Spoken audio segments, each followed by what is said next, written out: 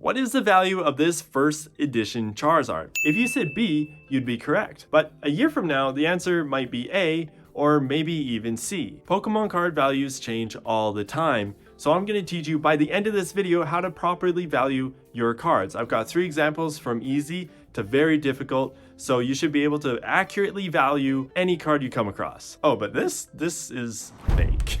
Okay, here's our first example. We need 3 pieces of information from this card. We need the name, the number at the bottom of the card, and finally we need the condition of the card. Now, just like any other collectible, the condition is the most important factor, and we're gonna give it a quick rating based on this set of guidelines. And if you want to know more about this, then eBay has some great resource material as well as TCG Player. I will leave the link in the description for you. But for now, we're gonna call this near mint because there's no obvious damage. Okay, we're gonna take those 3 pieces of information and type them into the eBay search. But we're not done yet. One of the crazy things about eBay is that people can ask whatever they want for their item. What we're gonna do is we're gonna go and filter our results to the sold and completed listings. That way we can see what people are actually paying for the card right now. So here we are at the search results, but we also want to turn graded to off in the filtered because we don't want to see the price of graded cards. So here we are, I'm seeing 142, 155, 150, 130, 140, and these all have around $20 to $30 worth of shipping on them. Okay, so we got some numbers to work with. The next thing I'm going to do is jump over to TCG Player and cross-reference these prices. Okay, and looking at the latest sales, I'm seeing prices like 115, 105, 139. Now these prices do not include shipping. So looking at all this, I'm going to say this card is worth around 150 bucks. All right, example number 2. This one's a little bit trickier. And oh, it's Blastoise. We all know Blastoise. So let's grab our information. The name is Blastoise. The number is 2 out of 102. And I'm going to say near mint again because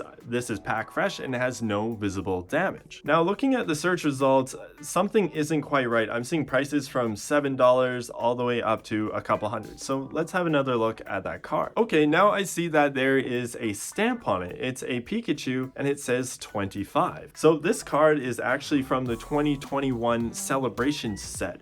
Sometimes Pokemon cards get reprints and then they get a stamp on them. This is really important because the card may be worth a lot more or a lot less than the original print, so you can't ignore this. So now let's add Celebrations to the search query. Once again, we want to filter out the graded cards, and then we're going to turn on completed and sold items, and now let's look at the results. I'm seeing 12 bucks, $8, $10, $10, $10, Some of these have shipping, some of these don't. So again, I'm gonna jump over to TCG Player. And yeah, it looks like this card might be around the $7 to $10 range. So that's what I'm gonna say. If I was gonna sell this card today, I'd probably put it up for 10 bucks. Okay, example number 3. This is a tough one. This is a graded Mewtwo. Now this is a base set card from 1999, so we have to look for a first edition stamp and a shadow. In this case, there are neither. So we're gonna add shadowless to the search query in eBay. But this card is also graded by a Canadian grading company called Mint. So we're gonna add that to the search query as well. After filtering for sold and completed, I don't see anything to compare this to. There's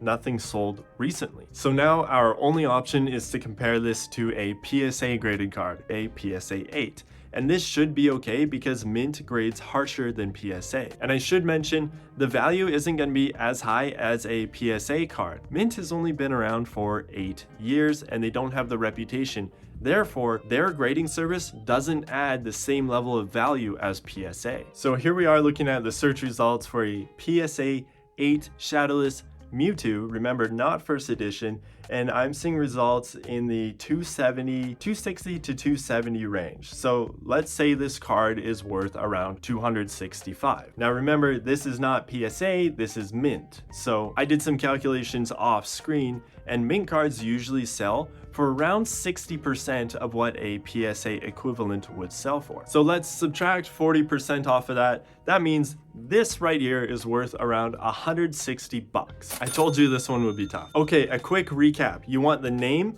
you want the number, and you want the condition. If it's tricky, make comparisons where you can and where it makes sense. This method works because we're comparing our card to sales within just the past few weeks, so you know exactly how much your card is worth today. I hope this video helped you. If it did, please leave a like and you will see me in the next video.